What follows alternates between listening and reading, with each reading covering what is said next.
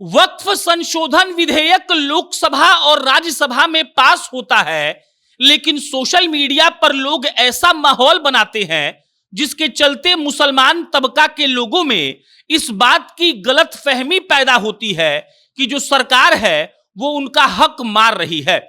मुसलमान लोगों में ये बात फैलाया जाता है कि देखिए, सरकार चाहती है कि आप लोगों से आपका हक छीना जाए, लेकिन असलियत में जब आप जाएंगे तब आपको मालूम पड़ेगा कि सरकार ने आपका हक नहीं मारा है, बल्कि सरकार ने और अच्छे से डेमोक्रेसी को लागू किया है और जो त्रुटियां वक्फ को बनाने में थी और जो 1995 में जो संशोधन किया गया था उसी में कुछ सुधार की जरूरत थी और सरकार ने 2025 में वक्फ संशोधन विधेयक लाकर उन त्रुटियों को सुधारा है।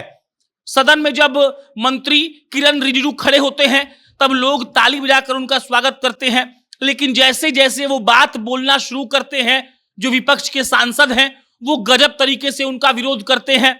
ऐसा माहौल बनाया जाता है कि वक्फ गलत तरीके से अब भारत में काम करेगा, लेकिन अफसोस की बात यह है कि लोगों ने इसको पढ़ना जरूरी ही नहीं समझा। इसके अलावा जिन गरीब मुसलमानों का जिक्र बार बार भाजपा कर रही है वो भी एक बहुत ही ऑथेंटिक बात है जो किसी को मालूम नहीं है, और इसीलिए हमने सोचा कि चलिए आपको अच्छे से समझाते हैं कि इसका फायदा क्या है और कैसे जो सरकार का नियम है नया वाला वो गलत नहीं है बल्कि वक्फ की त्रुटियों को सुधारने वाला है। अब आप समझिए, वक्फ संशोधन विधेयक पर संसद के दोनों सदनों से जब संयुक्त समिति में चर्चा होती है तो जितना भी जो आता है उनके पास सुझाव, वो सुझाव मान लिया जाता है। यानी कि ऐसा नहीं है कि सरकार ने तानाशाही तरीके से ऐसा कुछ किया है। इसके अलावा एक बात और फैलाया जा रहा है जो बहुत क्लियर है कि देखिए, मोदी सरकार धार्मिक चीजों में हस्तक्षेप कर रही है, लेकिन असलियत यह है कि मोदी सरकार ने क्लियर कट कहा है कि वो धार्मिक चीजों में कोई हस्तक्षेप नहीं करने वाले हैं और उनका इससे कोई लेना देना नहीं है। इसके अलावा सबसे बड़ी बात क्या है, जो वक्फ बोर्ड होता है उनका काम जो संपत्ति का प्रबंधन है वो नहीं है। आमतौर पर यही लोग समझते हैं कि जो वक्फ बोर्ड है उन्हीं का काम है कि उनके प्रॉपर्टी का सब काम वो करे, लेकिन जो वक्फ के प्रॉपर्टी का देखरेख है वो मुतवल्ली करते हैं और वक्फ का काम उन मुतवल्ली को देखना है, ना कि प्रॉपर्टी का एक तरीके से देखरेख करना है। इसको लेकर भी खूब सारा गलतफहमी फैलाया गया है।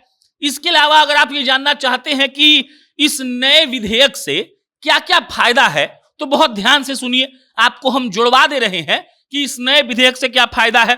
पहला फायदा यह है कि जो पहले के वक्फ अधिनियम थे उनके वक्फ बोर्ड को किसी की संपत्ति जिसमें गैर मुस्लिम संपत्ति भी शामिल है वो वक्फ घोषित कर देते थे और उनके पास इसका एक तरफा अधिकार था, लेकिन जो ये विधेयक आया है इसमें यह प्रावधान समाप्त कर दिया गया है। यानी कि जो गैर मुस्लिम है उसके प्रॉपर्टी को वक्फ वाले ये नहीं कह सकते हैं कि ये मेरा प्रॉपर्टी है। इसके बाद एक और फायदा है, ये विधेयक जो है वो महिलाओं को संपत्ति में उनके उत्तराधिकार अधिकारों की रक्षा सुनिश्चित करता है और बोहरा तथा आगा खानी वक्फों को समान दर्जा प्रदान करता है।